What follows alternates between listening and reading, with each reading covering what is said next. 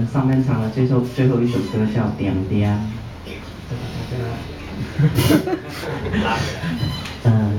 对，有一点，就是带回地面。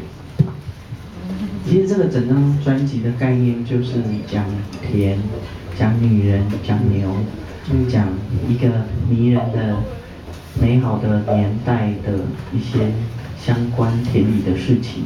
对我来讲啊，我觉得我听起来都是很迷人的，迷人的那种跟土地对，跟土地有很多关联的一个美好的时代。虽然以前没有什么钱，可是，当然也没有我们现在生活的这么方便啊。可是也没有这么多的烦恼，现在这么多的烦之类的啦。好，那肉等讲不完。不会啊，很好啊。那我们来讲那个牛怎么了？好。现在我们上半场最后一首歌叫《点点》，点点就是小时候常常会被妈妈讲的一句话，你点点的啊，你那玩无意我嘴，就这一类的。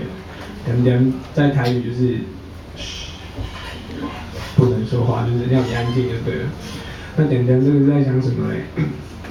就是牛啊，牛每天都很辛苦工作，可是它跟它的主人回家的那一条路上，是他觉得是他的牛生中，不是人生，他的牛生中最幸福的一段时间。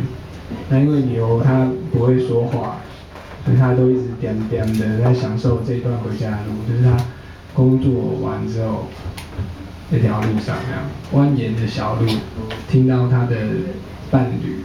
可能是牧童吧，或者随便啊，反正就是他旁边有伴侣嘛，对不对？跟他一起回家这样子，尽在不言中。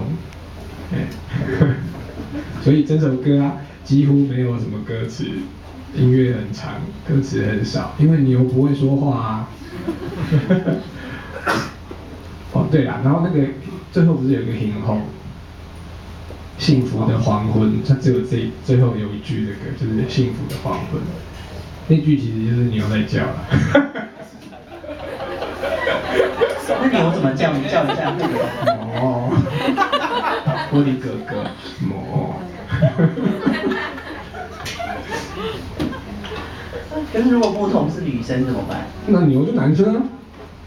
你刚刚讲我的哥哥啊。没有，我刚刚我的哥哥是鸡与牛啊，你没有看卡通你知道？你没有看鸡与牛吗？你们有看吗？鸡与牛。对啊。我有那个350磅的妹妹，一只鸡跟一只牛，鸡是哥哥，牛是妹妹。有看人举手。有吗？有人嘛，对不对？超级礼物来拯救人。是。他非常厉害啊，他是一只有上海腔的牛。是。哦，就是那个，好像有一点。超级牛，对，有。